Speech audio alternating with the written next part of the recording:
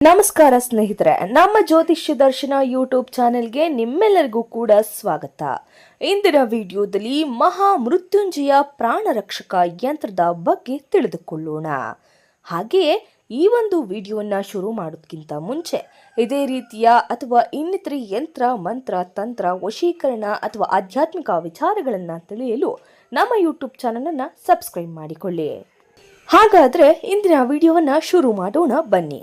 ಮಹಾ ಮೃತ್ಯುಂಜಯ ಪ್ರಾಣ ರಕ್ಷಕ ಯಂತ್ರ ಎಂದರೆ ನಿಮಗೆ ಇಷ್ಟ ಇಲ್ಲದ ವ್ಯಕ್ತಿ ಅಥವಾ ನಿಮಗೆ ತೊಂದರೆ ಕೊಟ್ಟಿರುವ ವ್ಯಕ್ತಿ, ನಿಮ್ಮ ಶತ್ರುಗಳು ಯಾರೇ ಆಗಿದ್ದರೂ ಕೂಡ ನಿಮಗೆ ನಿಮ್ಮ ಬಳಿ ಬಂದು ಮಾಡಿದ ತಪ್ಪಿನಿಂದ ಕ್ಷಮೆ ಕೇಳಿ ಕ್ಷಮೆಯನ್ನು ಹೆಚ್ಚಿಸಿ ಅಥವಾ ಅವರ ಸಿಟ್ಟು ಕೋಪ ಎಲ್ಲವನ್ನು ಬಿಟ್ಟು ನಿಮ್ಮ ಬಳಿ ಕ್ಷಮೆ ಕೇಳುವುದನ್ನು ಈ ಒಂದು ಮಹಾ ಮೃತ್ಯುಂಜಯ ಪ್ರಾಣ ರಕ್ಷಕ ಯಂತ್ರದಿಂದ ಮಾಡಲು ಸಾಧ್ಯವಾಗುತ್ತದೆ.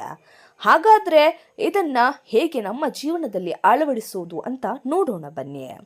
ನಾವು ಸ್ಕ್ರೀನ್ ಮೇಲೆ ತೋರಿಸಿರುವಂತಹ ಚಿತ್ರದಲ್ಲಿರುವಂತೆ ಯಂತ್ರವನ್ನು ತಾಮ್ರದ ತಗಡಿನಲ್ಲಿ ಬರೆದು ಪೂಜಿಸಬೇಕು.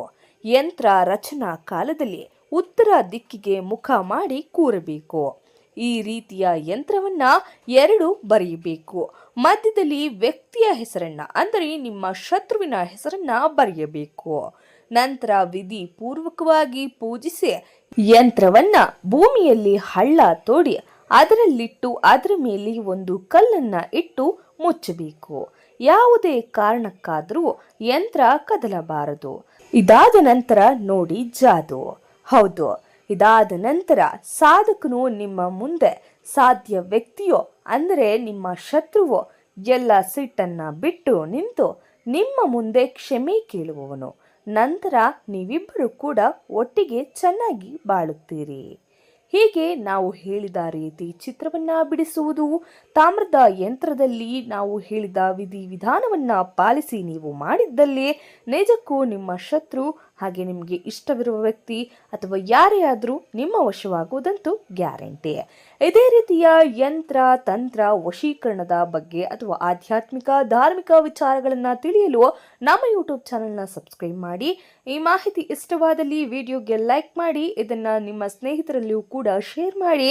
ಹಾಗೆಯೇ ನಿಮ್ಮ ಜೀವನದಲ್ಲಿ ಮದುವೆ ವಿಳಂಬ, ಜೀವನದಲ್ಲಿ ಸಮಸ್ಯೆ, ಅತ್ತೆ ಸೊಸೆ ಕಲಹ, ತಂತ್ರ, ಯಂತ್ರ, ಮಾಂತ್ರಿಕ ತೊಂದರೆ, ವಶೀಕರಣ ಯಾವುದೇ ತೊಂದರೆ ಇದ್ದರೂ ಕೆಳಗಿನ ನಂಬರ್ಗೆ ಹಿಂದೆ ವಾಟ್ಸಪ್ ಮಾಡಿ ನಮ್ಮ ತಂಡದವರು ನಿಮ್ಮನ್ನು ಸಂಪರ್ಕಿಸುತ್ತಾರೆ. ಹಾಗೇನೆ ಇನ್ನೂ ಹೆಚ್ಚಿನದಾಗಿ ಹೇಳಬೇಕಂದ್ರೆ ನಿಮ್ಮ ಸಮಸ್ಯೆಗಳಿಗೆ ನಾವು ಪರಿಹಾರ ಕೊಡುತ್ತೇವೆ. ಇದುವರೆಗೂ ನಮ್ಮ ವಿಡಿಯೋವನ್ನ ತಾಳ್ಮೆಯಿಂದ ಕೊನೆಯವರೆಗೂ ವೀಕ್ಷಣೆ ಮಾಡಿದ್ದಕ್ಕಾಗಿ ನಿಮ್ಮ ಪ್ರೀತಿಗಾಗಿ ಅನಂತ ಧನ್ಯವಾದಗಳು. ಮತ್ತೆ ಮುಂದಿನ ವಿಡಿಯೋದಲ್ಲಿ ಸಿಗೋಣ. ನಮಸ್ಕಾರ.